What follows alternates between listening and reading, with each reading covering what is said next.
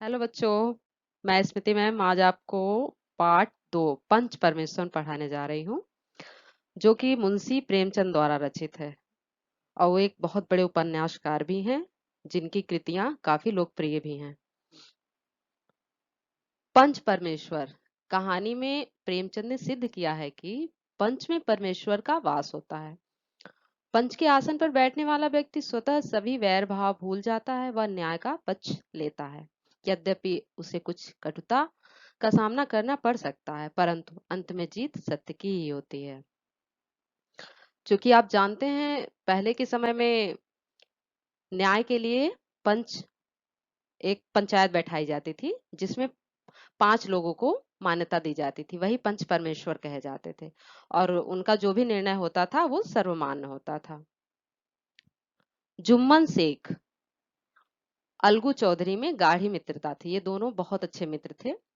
सांझ में खेती होती थी, कुछ लेन देन में भी साझा था, एक दूसरे पर अटल विश्वास था। जुम्मन जब हज करने गए थे, तब अपना घर अलगू को सौंप गए थे, और अलगू चौधरी जब कभी बाहर जाते तो जुम्मन के जिम्मे अपना घर छोड़ देते थे। उनमें ना खान पान का व्यवहार था, ना धर्म का नाता, केवल विचार मिलते थे। मित्रता का मूल मंत्र भी यही है। यानी दोनों इतने अच्छे मित्र थे कि जिसमें जात पात का कोई लेना देना नहीं था, उनका व्यवहार ही उनके लिए सर्वमान था। दोनों कहीं भी जाते थे तो अपना सब कुछ एक दूसरे को सौंप देते थे। जुम्मन शेख की एक बूढ़ी खाला थी। उसके पास कुछ थोड़ी सी मिल्कियत थी, परंतु निकट संबंधियों में कोई न था। जुम्मन शेख ने लंबे चौड़े वादे करके वह मिल्कियत अपने नाम लिखवा ली थी। जब तक दान पत्र की रजिस्ट्री ना हुई थी, तब तक तो खाला जान का खूब आदर सत्कार किया। उन्हें खूब स्वादिष्ट पदार्थ खिलाए गए, हलवे पुलाव की वर्षा सी की गई, पर रजिस्ट्री मोहर ने इन खातिरदारियों पर भी मोहर लगा दी। जुम्मन की पत्नी करीमन रोटियों के साथ कड़वी बातों के कुछ तेज तीखे सालन भी देने लगी। जुम्मन शेख भी निष्ठुर हो गए। अब बेचारी खाला जान को प्रायः नित्य ही ऐसी नई बातें सुनने को मिलती थी, यानी सुननी पड़ती थी। बुढ़िया ना जाने कब तक जिएगी। 2-3 बीघे ऊसर क्या दे दिया, मानो मोल ले लिया। जितना रुपया इसके पेट में झोंक चुके, उतने से तो अब तक गांव मोल ले लेते। यानी कि यहाँ जुम्मन की पत्नी इस तरह से ताने दे रही है खाला जान। कुछ दिन खाला जान ने सुना और सहा, पर जब ना सहा गया, तब जुम्मन से शिकायत की। जुम्मन ने स्थानीय कर्मचारी गृहस्वामी के प्रबंध में दखल देना उचित ना समझा। कुछ दिन तक और यूं ही रो धोकर काम चलता रहा। अंत में एक दिन खाला ने जुम्मन से कहा, बेटा, तुम्हारे साथ मेरा निर्वाह ना होगा। तुम मुझे रुपए दे दिया करो, मैं अपना खा पका लूंगी। जुम्मन ने धृष्टता के साथ उत्तर दिया, रुपए क्या यहाँ फलते हैं? खाला ने नम्रता से कहा, मुझे कुछ रूखा सूखा चाहिए भी कि नहीं? जुम्मन ने गंभीर स्वर में जवाब दिया, तो कोई यह थोड़े ही समझा था कि तुम मौत से लड़कर आई हो। खाला बिगड़ गई। उन्होंने पंचायत करने की धमकी दी। जुम्मन हंसे, जिस तरह कोई शिकारी हिरन को जाल की तरफ जाते देखकर मन ही मन हंसता है, ठीक उसी तरह वे बोले, हाँ जरूर पंचायत करो, फैसला हो जाए। मुझे भी यह रात दिन की खटपट पसंद नहीं है। यानी खाला जान की सारी मिल्कियत लेने के बाद जुम्मन और उसकी पत्नी पलट गए और उनका आदर सत्कार।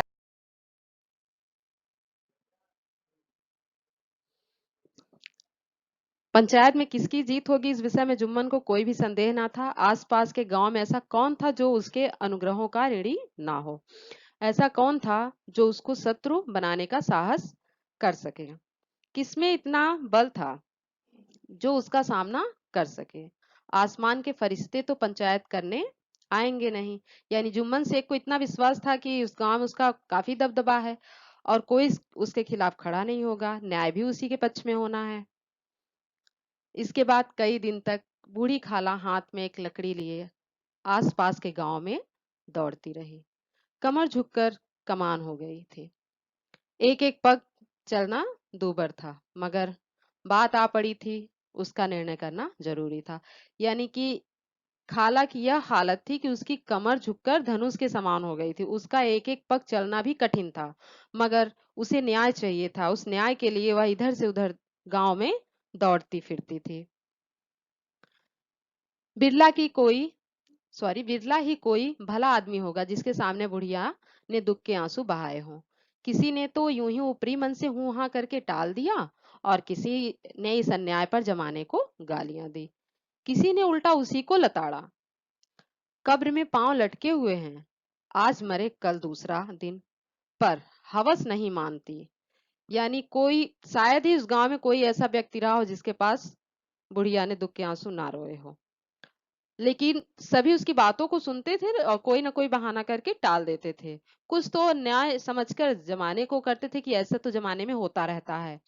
किसी ने तो उल्टा उसी को सुनाना शुरू कर दिया कि तुम्हारी तो अब यह उम्र है कि आज मरो कि कल मरो, और लालच है कि तुम साथ छोड़ता ही नहीं।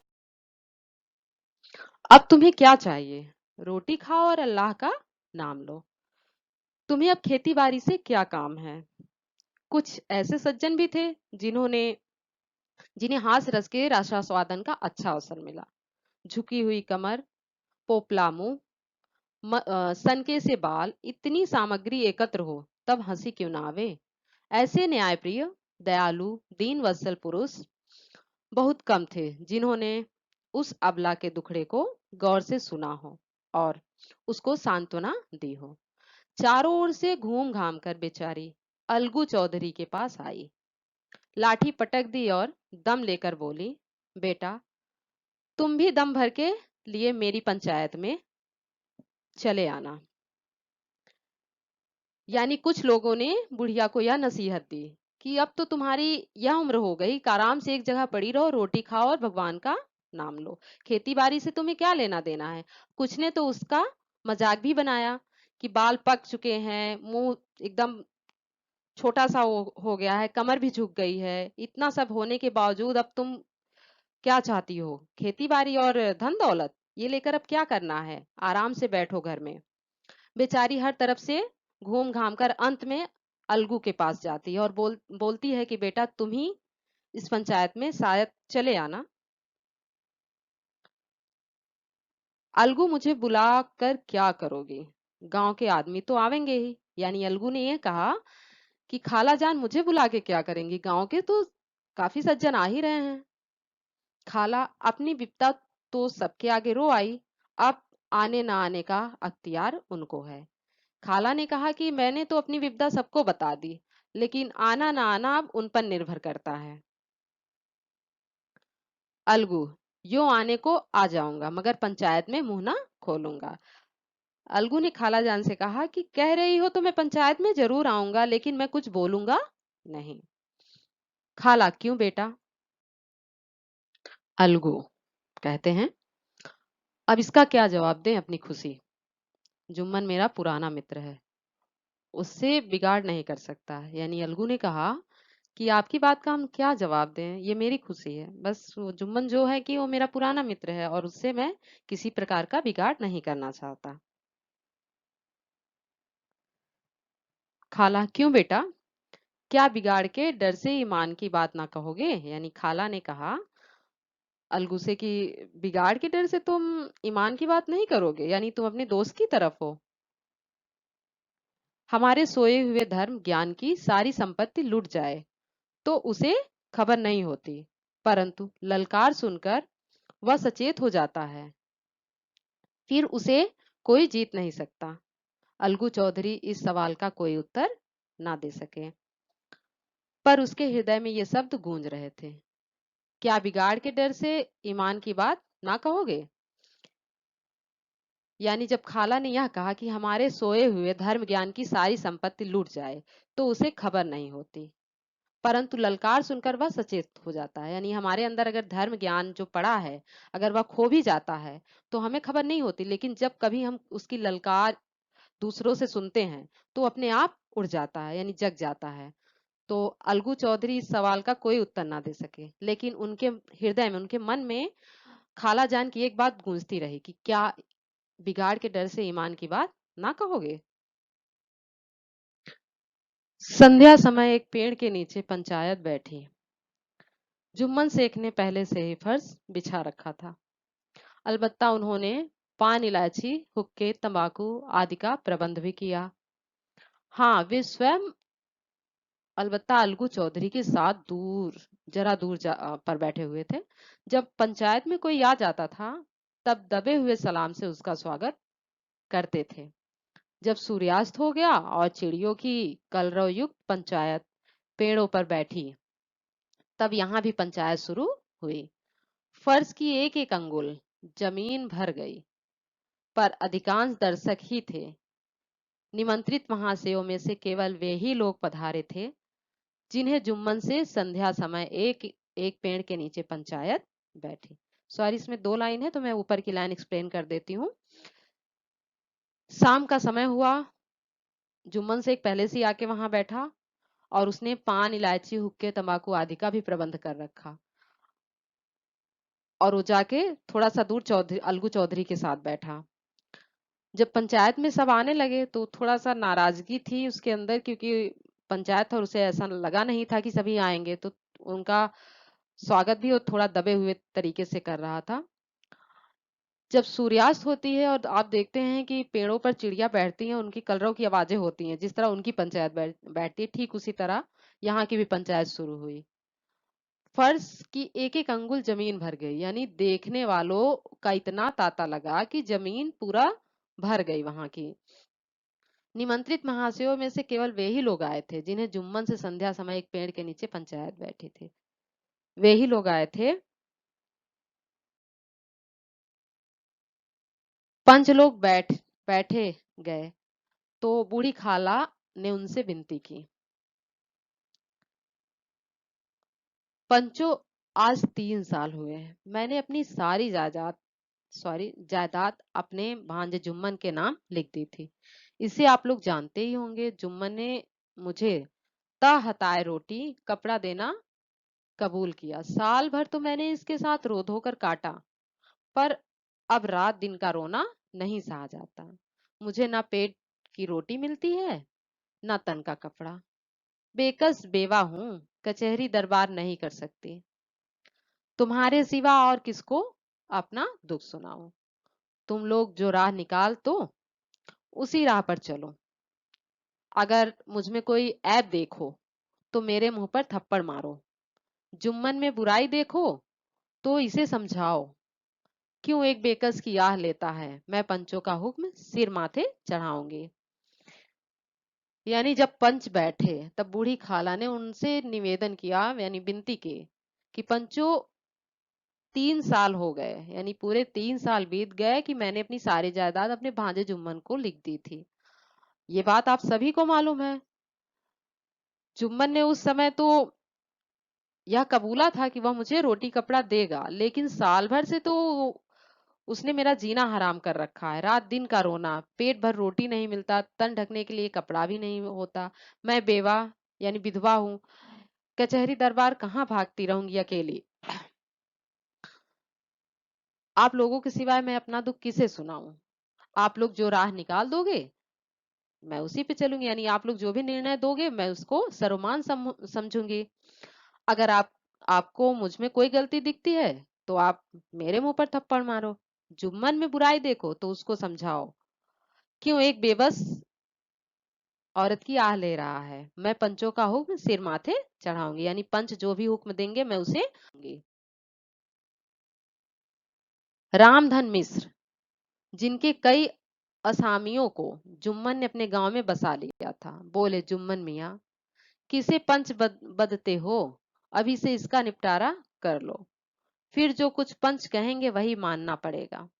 यानी रामधन मिश्र एक व्यक्ति हैं जिनके कई असामियों को जुम्मन ने अपने गांव में बसा लिया था, यानी कि उनसे जुड़े काफी लोगों को उन्होंने अपने गांव में बसाया था। वो जुम्मन से कहते हैं कि जुम्मन, आप किसको अपना पंच बनाना चाहते हैं, अभी से निपटारा कर लो, फिर जो कुछ पंच कहेंगे वही मानना पड़ेगा।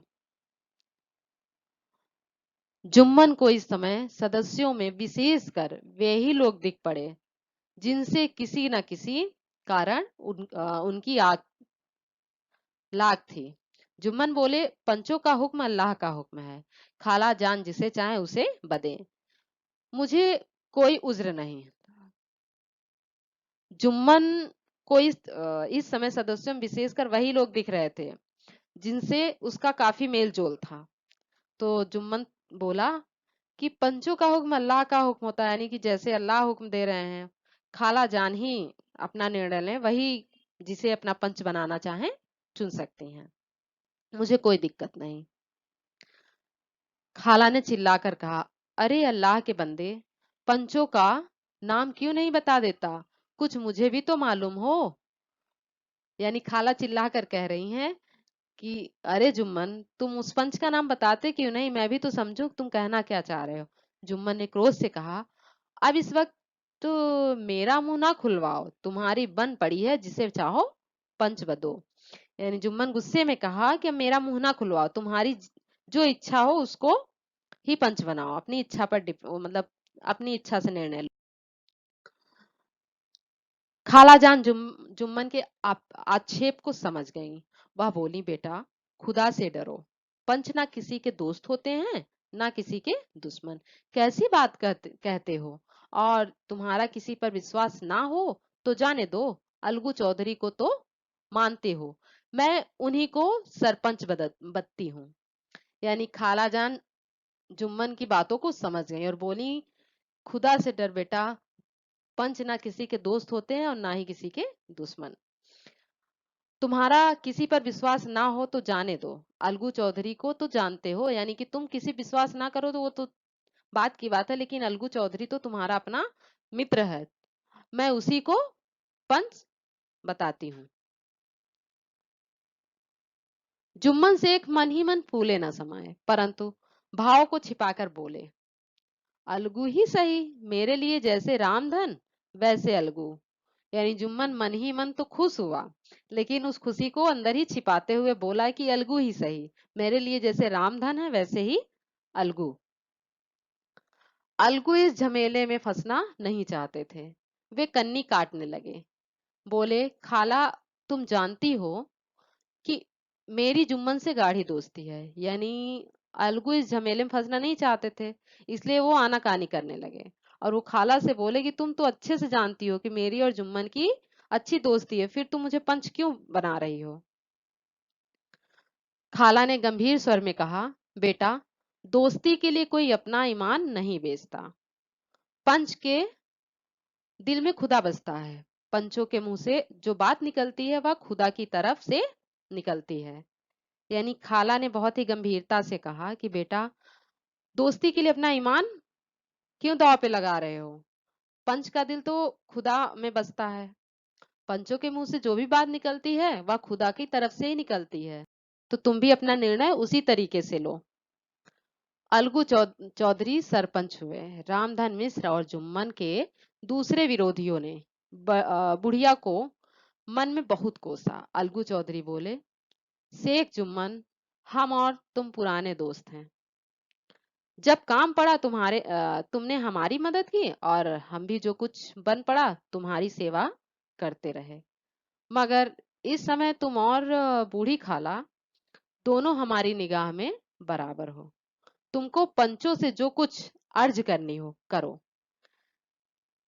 अब देखिए आगे की कहानी कि यहाँ पर अलगू चौधरी सरपंच हुए।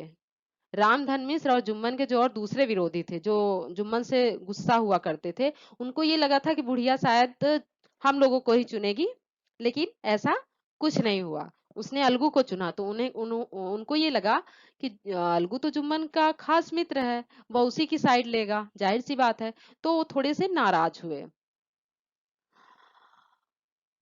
तब यहाँ पर अलगू कहते हैं कि भाई हम दोनों तो पुराने मित्र हैं, जब काम पड़ता था तुम मेरी मदद करते थे और मैं तुम्हारी, लेकिन आज यहाँ पर बूढ़ी खाला और तुम दोनों एक समान हो, इसलिए तुमको पंचों से कुछ हर्ज करनी हो तो कर सकते हो। जुम्मन को पूरा विश्वास था कि अब बाजी मेरी है, अलगू यह सब दिखावे की बातें कर रहा है, अतएव शांत चित्त होकर बोले, पंचो 3 साल हुए खाला जान ने अपनी जायदाद मेरे नाम हिब्बा कर दी थी। मैंने उन्हें हयात खाना कपड़ा देना कबूल किया था। खुदा गवाह है, आज तक मैंने खाला जान को कोई तकलीफ नहीं दी। मैं उन्हें अपनी माँ के समान समझता हूँ। उनकी खिदमत करना मेरा फर्ज है। मगर औरतों में जरा अनबन रहती है, उसमें मेरा क्या बस है। खाला जान मुझसे माहवार खर्च अलग मांगती हैं। जायदाद जितनी है वह पंचों से छिपी नहीं। उससे इतना मुनाफा नहीं होता कि मैं माहवार खर्च दे सकूं। इसके अलावा हिब्बा नामे में माहवार खर्च का कोई जिक्र नहीं। नहीं तो मैं भूलकर भी इस झमेले में न पड़ता। बस मुझे यही कहना है, आइंदा पंचों का अख्तियार है, जो फैसला चाहे करें। यानी जुम्मन को पूरा विश्वास था कि अलगू पंच है तो जाहिर सी बात है बाजी मेरी ही होगी। यहाँ तो दिखावा कर रहा है, इसलिए उसने थोड़ा शांत स्वर में कहा कि 3 साल हो गए, खाला ने अपनी जायदाद सारी मेरे नाम कर दी और उसमें मैंने यह भी कबूला था कि मैं उन्हें खाना कपड़ा दूंगा। और मेरा खुदा जानता है कि मैं खाला जान को कभी कोई तकलीफ नहीं देता। भाई घर में अगर 2 औरतें हैं तो औरतें तो आपस में लड़ती ही रहती हैं। अब उसमें मैं हस्तक्षेप करूं यह सही नहीं है। और खाने कपड़े के बावजूद भी खाला जान मुझसे महीने का खर्च भी लेती हैं, जबकि जायदाद में ऐसी कोई बात नहीं तय की गई थी कि उनको माहवारी खर्च दिया जाए, यानी महीने का खर्चा भी दिया जाए। बस मुझे यही कहना है। अब इसके आगे पंच जो भी निर्णय ले, जो भी फैसला चाहे करे, मानूंगा उसे। अलगू चौधरी को हमेशा कचहरी से काम पड़ता था, अतः वह पूरा कानून कानूनी आदमी था। उसने जुम्मन से जिरह शुरू की। एक एक प्रश्न जुम्मन के हृदय पर हथौड़े की तरह चोट की तरह हथौड़े की चोट की तरह पड़ता था। रामधन मिश्र इन प्रश्नों पर मुग्ध हुए जाते थे। जुम्मन चकित थे कि अलगू को क्या हो गया। अभी यह अलगू मेरे साथ बैठा हुआ कैसी कैसी बातें कर रहा था, इतनी ही देर में ऐसी काया पलट हो गई कि मेरी जड़ खोदने पर तुला हुआ है। ना मालूम कब की कसर यह निकाल रहा है। क्या इतने दिनों की दोस्ती कुछ भी काम ना आवेगी। भाई अलगू हमेशा कुछ ना कुछ काम से कचहरी जाता था, तो इस कारण उसको कानूनी दावपेच अच्छे से मालूम था। उसने उसी तरीके से जुम्मन से जिरह यानी कि प्रश्न करने शुरू किए। और ऐसे प्रश्न थे जो जुम्मन को बहुत तकलीफ दे रहे थे। और इन प्रश्नों से रामधन मिश्र, जो कि जुम्मन का विरोधी था, वो काफी प्रसन्न भी था। जुम्मन आश्चर्यचकित था कि अलगू को क्या हो गया है। ये अभी मेरे साथ बैठा कुछ और बातें कर रहा था और यहाँ आते ही ये तो पलट गया और मेरी ही जड़ खोदने को लगा हुआ है। ना मालूम कब की कसर निकाल रहा है। क्या इतने दिनों की दोस्ती भी कुछ काम नहीं आएगी। जुम्मन शेख इसी संकल्प विकल्प में पड़े हुए थे कि इतने में अलगू ने फैसला सुनाया। जुम्मन शेख पंचों ने इस मामले पर विचार किया। उन्हें यह नीति संगत मालूम होता है कि खाला जान को माहवार खर्च दिया जाए। हमारा विचार है कि खाला की जायदाद से इतना मुनाफा अवश्य होता है कि माहवार खर्च दिया जा सके। बस यही हमारा फैसला है। अगर जुम्मन को खर्च देना मंजूर ना हो तो हिब्बानामा रद्द समझा जाए। जुम्मन अभी यह सब सोच ही रहा था कि अलगू अचानक से कैसे बदल गया।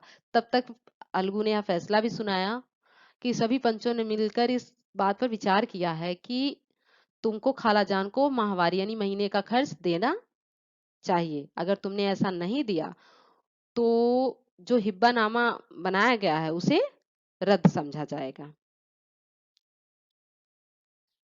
यह फैसला सुनते ही जुम्मन सन्नाटे में आ गया। जो अपना मित्र हो वह शत्रु का व्यवहार करे और गले पर छुरी फेरे, इसे समय के हेर फेर के सिवा और क्या कहें। जिस पर पूरा भरोसा था उसने समय पड़ने पर धोखा दिया। ऐसे ही अवसरों पर झूठे सच्चे मित्रों की परीक्षा की जाती है। यही कलयुग की दोस्ती है। अगर लोग ऐसे कपटी धोखेबाज ना होते तो देश में आपत्तियों का प्रकोप क्यों होता? यह हैजा प्लेग आदि व्याधियां दुष्कर्मों के ही दंड हैं। यानी जब जुम्मन ने ऐसा फैसला सुना तो वह सकते में आ गया, थोड़ा सा भयभीत भी हुआ और यह भी सोचने लगा कि यह मित्र मेरा अचानक से शत्रु जैसा व्यवहार क्यों कर रहा है। जिस पर पूरा विश्वास था वो अचानक से मुझे धोखा भी दे रहा है। यानी ऐसे ही अवसर पर सच्चे और झूठे मित्रों की पहचान होती है, उनकी परीक्षा होती है। और ये तो कलयुगी मित्र निकला। जिस तरह उसने मेरे साथ धोखा और कपट किया है, यही वजह है जो देश में आज आपत्तियों का प्रकोप बढ़ता जा रहा है। और हैजा प्लेग इसी दुष्कर्म का।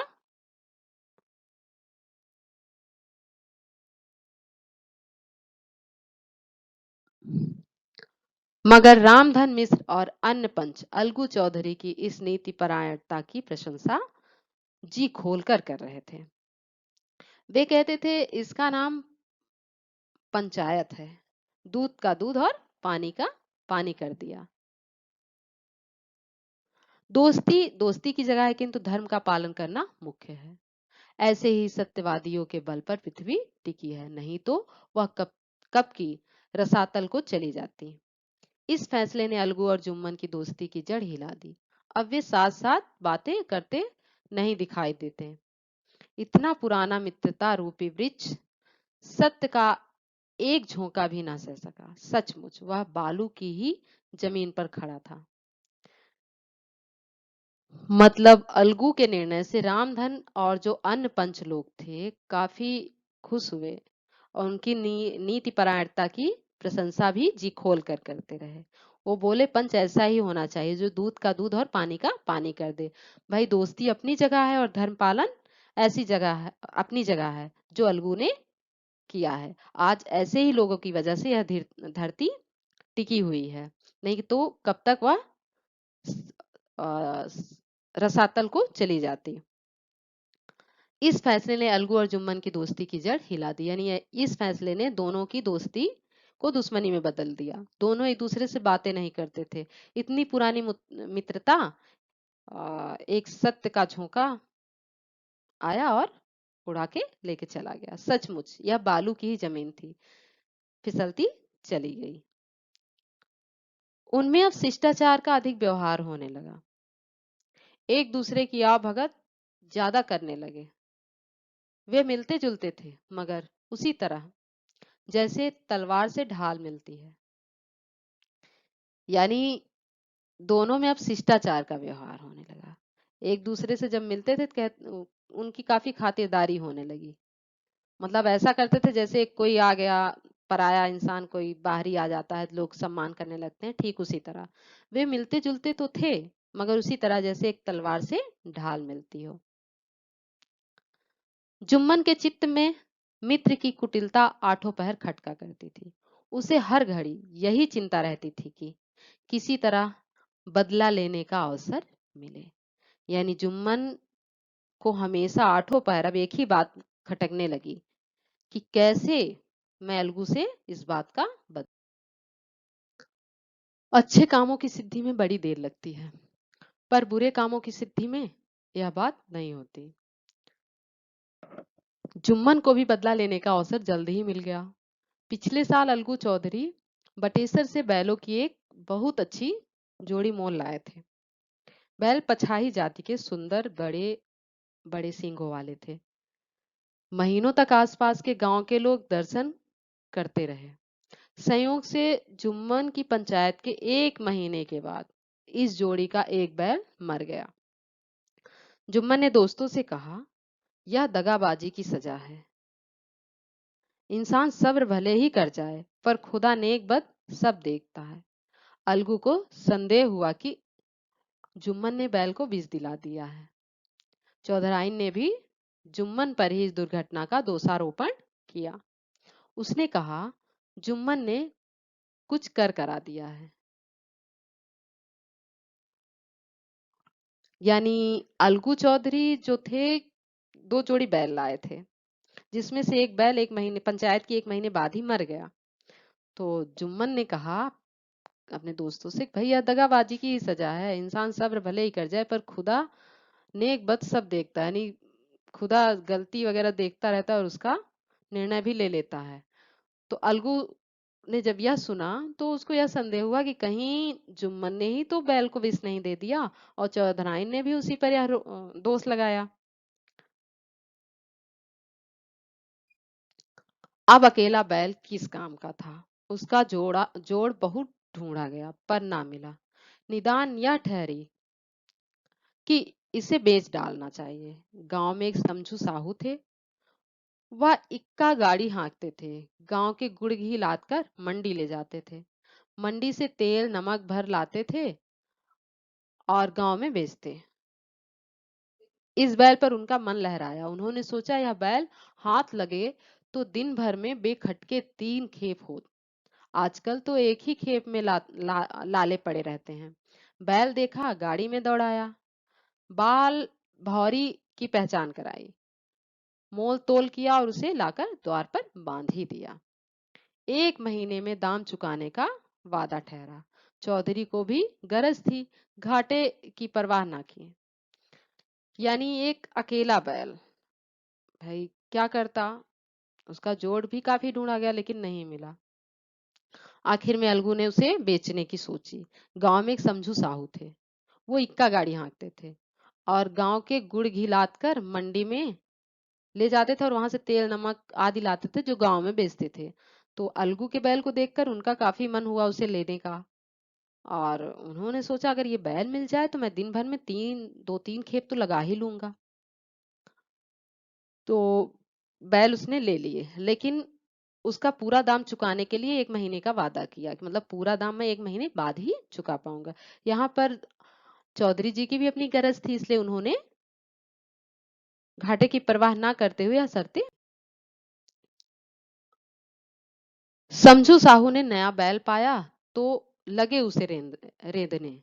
वह दिन में तीन तीन चार चार खेपे करने लगे। ना चारे की फिक्र थी ना पानी की, बस खेपों से काम था।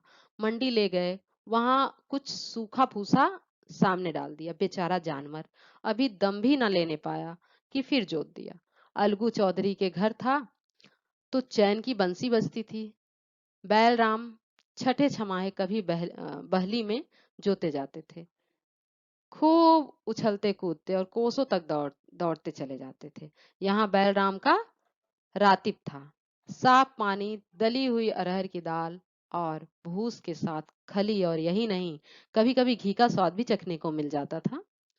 शाम सवेरे एक आदमी खरहरे करता, पोसता और सहलाता था। कहाँ वह सुख चैन, कहाँ यह आठों पहर की खपत। महीने भर ही में वह पिस-सा गया।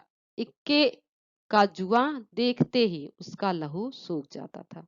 एक एक पग चलना दूभर था। हड्डियां निकल आई थी पर था वह पानीदार, मार की बर्दाश्त न थी। यानी समझू साहू बैल पाए तो उसको 3-3 4 बार खेपे लगवाने लगे और उसको ढंग से चारा भी नहीं खिलाते थे। रूखा सूखा भूसा डालते, खा भी नहीं पाता, तुरंत फिर से जोत देते थे। तो यहाँ पर बैल को भी अपनी पिछली चीजों का याद आया कि वो अलगू के यहाँ कितना चैन से रहता था, उछलता कूदता था, ज्यादातर बंधा ही रहता था, खेतों में बहुत कम जोता जाता था।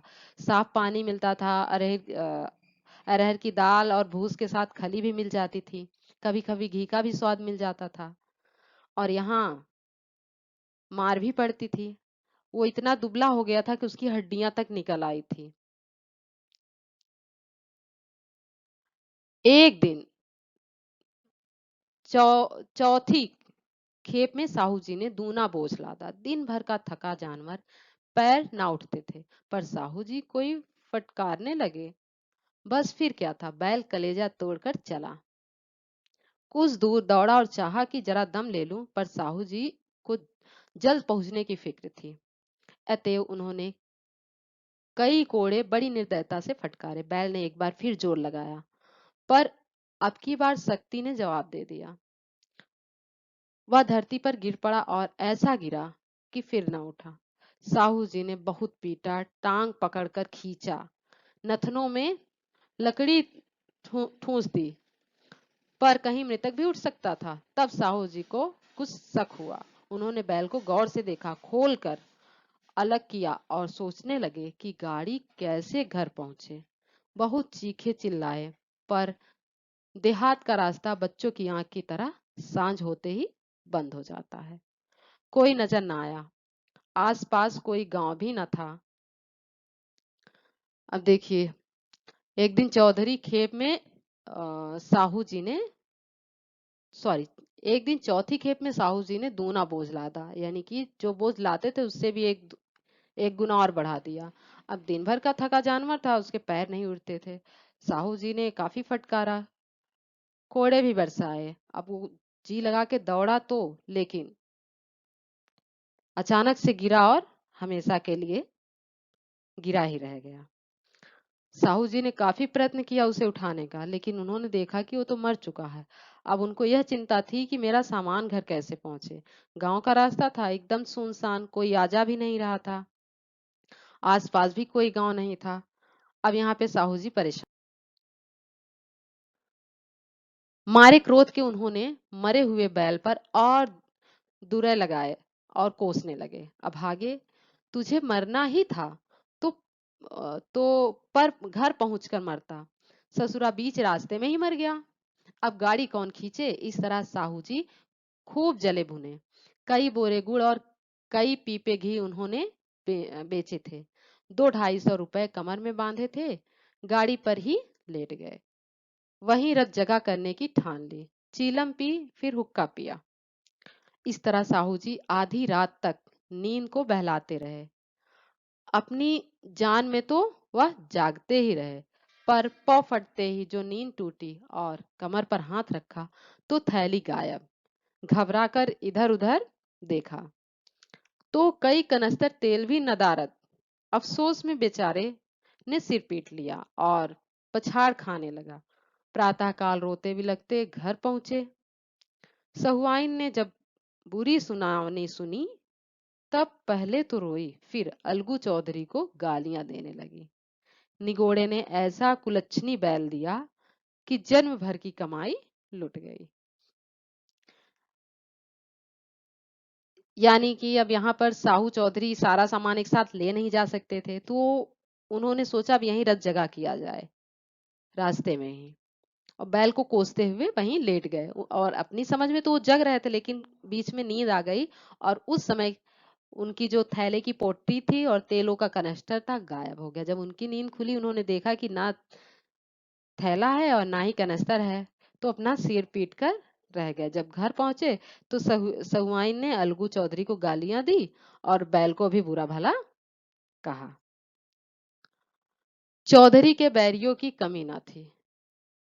ऐसे अवसरों पर वे एकत्र हो जाते हैं और साहू जी के बर्राने की पुष्टि करते। परंतु 150 रुपए से इस तरह हाथ धो लेना आसान ना था। एक बार वह भी गरम पड़े। साहू जी बिगड़कर लाठी ढूंढने घर में चले गए। अब सहुआइन ने मैदान लिया। प्रश्नोत्तर होते होते हाथापाई की नौबत आ पहुंची। सहुआइन ने घर में घुसकर किवाड़ बंद कर लिए। शोर गुल सुनकर गांव के भले मानस जमा हो गए। उन्होंने दोनों को समझाया, साहू जी को दिलासा देकर घर से निकाला। वह परामर्श देने लगे कि इस तरह काम ना चलेगा, पंचायत कर लो, जो कुछ तय हो जाए उसे स्वीकार कर लो। साहू जी राजी हो गए। अलगू ने भी हामी भर ली। यानी चौधरी जो थे उनके दुश्मनों की कमी ना थी भाई, ऐसे अवसर की सभी तलाश में रहते थे। सभी साहू की बातों में बातें करने लगे। अब 150 रुपए से हाथ धोना आसान नहीं था, इसलिए अलगू चौधरी भाई पैसे लेने वहां आ गए। इस बात को लेकर साहू जी में उसमें काफी बहस भी हुई, यहाँ तक कि हाथापाई पर भी आ गए। तब ऐसा शोरगुल सुनकर गांव के कुछ भले लोग एकत्रित हुए और उन्होंने यह समझाया कि भाई पंचायत कर लो, जो निर्णय निकलेगा उसे मानना। इस तरह से लड़ाई झगड़े से काम नहीं बनेगा। पंचायत की तैयारियां होने लगी। दोनों पक्षों ने अपने अपने दल बनाने शुरू किए। इसके बाद तीसरे दिन उसी वृक्ष के नीचे पंचायत बैठी। वही संध्या का समय था। अब पंचायत की तैयारी होने लगी। दोनों पक्षों ने अपने अपने दल बनाने शुरू किए। इसके बाद तीसरे दिन उसी वृक्ष के नीचे पंचायत थी जहां की जुम्मन की पंचायत। वही संध्या का पंचायत बैठ गई तो रामधन मिश्र ने कहा, अब देरी क्या है, पंचों का चुनाव हो जाना चाहिए। बोले, चौधरी किस किस को पंच बत्ते हो? अलगू ने दीन भाव से कहा, समझू साहू ही चुन ले। पंचायत बैठ गई। तब रामधन मिश्र ने कहा, अब देरी क्या है, पंचों का चुनाव हो जाना चाहिए। और बोले कि चौधरी किस किस को पंच बत्ते हो? अलगू ने बहुत ही दीन भाव से कहा कि भाई समझू साहू ही चुन ले। समझू खड़े हुए और कड़क कर बोले, मेरी ओर से जुम्मन शेख। क्योंकि समझू साहू को पता था कि जुम्मन से और अलगू से अब बैर हो गया है, तो वो उसी की साइड लेगा। जुम्मन का नाम सुनते ही अलगू चौधरी का कलेजा धक धक करने लगा, मानो किसी ने अचानक थप्पड़ मार दिया हो। रामधन अलगू के मित्र थे। वह बात को ताड़ गए। पूछा, क्यों चौधरी, तुम्हें कोई उस तो नहीं? भाई, जुम्मन का नाम सुनते ही अलगू चौधरी का कलेजा धक धक करने लगा। जाहिर सी बात है, इसके पहले भी अलगू ने उसके पक्ष में निर्णय नहीं लिया था, तो वो नाराज था। और उनको ऐसा लगने लगा कि जैसे किसी ने उनपे थप्पड़ बरसा दिया हो। रामधन अलगू के मित्र थे, यह बात को ताड़ गए। पूछा, क्यों चौधरी, तुम्हें कोई हर्ज तो नहीं है इस बात से? चौधरी ने निराश होकर कहा, नहीं, मुझे क्या उज्र होगा। अपने उत्तरदायित्व का ज्ञान बहुधा हमारे संकुचित व्यवहारों का सुधारक होता है। जब हम राह भूलकर लगते हैं, तब यही ज्ञान हमारा विश्वसनीय पथ प्रदर्शक बन जाता है। चौधरी ने निराश होकर कहा, नहीं, मुझे कोई उज्र नहीं। अपने दायित्व का ज्ञान बहुधा हमारे संकुचित व्यवहार, यानी जो हमारा छोटा व्यवहार, हमारे मन का विश्वास होता है, उनको सुधारता है। जब हम राह भूल कर भटकने लगते हैं, तब यही ज्ञान हमारा विश्वसनीय पथ प्रदर्शक बन जाता है, यानी मार्गदर्शक बन जाता है। जुम्मन शेख के मन में भी सरपंच का उच्च स्थान ग्रहण करते ही अपनी जिम्मेदारी का भाव पैदा हुआ। उसने सोचा, मैं इस वक्त न्याय और धर्म के सर्वोच्च आसन पर बैठा हूं। मेरे मुंह से इस समय जो कुछ निकलेगा वह देववाणी के सदृश है, और देववाणी में मेरे मनोविकारों का कदापि समावेश न होना चाहिए। मुझे सत्य से जौ भर भी टलना उचित नहीं है। यानी जब जुम्मन से पंच के स्थान पर आए, तब उनको अपनी जिम्मेदारी का एहसास हुआ, यानी जिम्मेदारी का भाव उनके मन में पैदा हुआ। और उन्होंने अपने मन में सोचा कि मैं इस वक्त न्याय और धर्म के सर्वोच्च आसन पर हूँ। मेरे मुंह से जो भी निकलेगा वह देववाणी के सदृश है, और देववाणी में मेरे मनोविकार, यानी मन के जो विकार हैं, मन में जो द्वेष भावना है, वह कदापि नहीं मिल सकती। मुझे सत्य से जौ भर भी टलना नहीं चाहिए, तनिक भी सत्य से नहीं हटना चाहिए। पंचों ने दोनों पक्षों से सवाल जवाब करने शुरू किए। बहुत देर तक दोनों दल अपने अपने पक्ष का समर्थन करते रहे। इस विषय में तो सब सहमत थे कि समझू को बैल का मूल्य देना चाहिए, परंतु दो महाशय इस कारण रियायत करना चाहते थे कि बैल के मर जाने से समझू को हानि हुई है। इसके प्रतिकूल दो सभ्य मूल के अतिरिक्त समझू को दंड भी देना चाहते थे, जिससे फिर किसी भी पशु के साथ ऐसी निर्दयता करने का साहस न हो। अंत में जुम्मन ने फैसला सुनाया, यानी दोनों पक्षों में सवाल जवाब हुए। दोनों दल ने अपने अपने पक्ष रखे। इस विषय में तो सब सहमत थे कि समझू को बैल का मूल देना चाहिए, लेकिन उसमें से दो लोग चाहते थे कि भाई बैल मर गया, तो इसलिए समझू को थोड़ी रियायत दी जाए। और उसमें से कुछ जो सही थे, सभ्य मूल के व्यक्ति थे, उन्होंने ये कहा कि इसने तो पशु के साथ निर्दयता पूर्वक व्यवहार किया है, तो भाई इसे दंड मिलना चाहिए। अंत में जुम्मन ने फैसला सुनाया, अलगू चौधरी और समझू साहू, पंचों ने तुम्हारे मामले पर अच्छी तरह विचार किया है। समझू को उचित है कि बैल का पूरा दाम दे। जिस वक्त उन्होंने बैल लिया उसे कोई बीमारी ना थी। अगर उसी समय दाम दे दिए जाते तो आज समझू उसे फेर लेने का आग्रह ना करते। बैल की मृत्यु केवल इस कारण हुई कि उससे बड़ा कठिन परिश्रम लिया गया और उसके दाने चारे का कोई प्रबंध नहीं किया गया। यानी जुम्मन शेख ने यह फैसला सुनाया कि जब बैल दिए गए थे तब तो वह सही था, कोई बीमारी नहीं थी। अगर उसी समय दाम दिए गए होते और बाद में बैल मरता तो समझू साहू पैसे का आग्रह नहीं करता। बैल की मृत्यु केवल इस कारण हुई कि उससे कठिन परिश्रम किया गया और उसे पेट भरकर खाना भी नहीं दिया गया। तो इसमें सारी गलती समझू साहू की है। रामधन मिश्र बोले, समझू ने बैल को जानबूझकर मारा है, अतः उसे दंड देना चाहिए।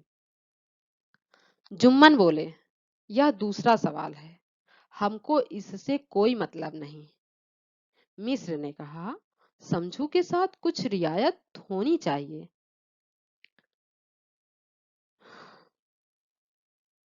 जुम्मन बोले, यह अलगू चौधरी की इच्छा पर निर्भर है, यह रियायत करें तो उनकी भलमानसी है। यानी रामधन मिश्र ने कहा कि भाई समझू के साथ कुछ रियायत होनी चाहिए, बैल भी मर गया है। तो जुम्मन शेख ने कहा कि यह तो अलगू की इच्छा पर निर्भर करता, अगर वह रियायत करें तो यह उनकी भलमानसी यानी अच्छे मनुष्यों के गुण है। अलगू चौधरी फूले ना समाये, उठ खड़े हुए और वो जोर से बोले, पंच परमेश्वर की जय। जब यह निर्णय अलगू ने सुना तो खुशी से झूम उठे और उठकर खड़े होकर जोर से चिल्लाने लगे, पंच परमेश्वर की जय। यह कहानी मुंशी प्रेमचंद द्वारा रचित है।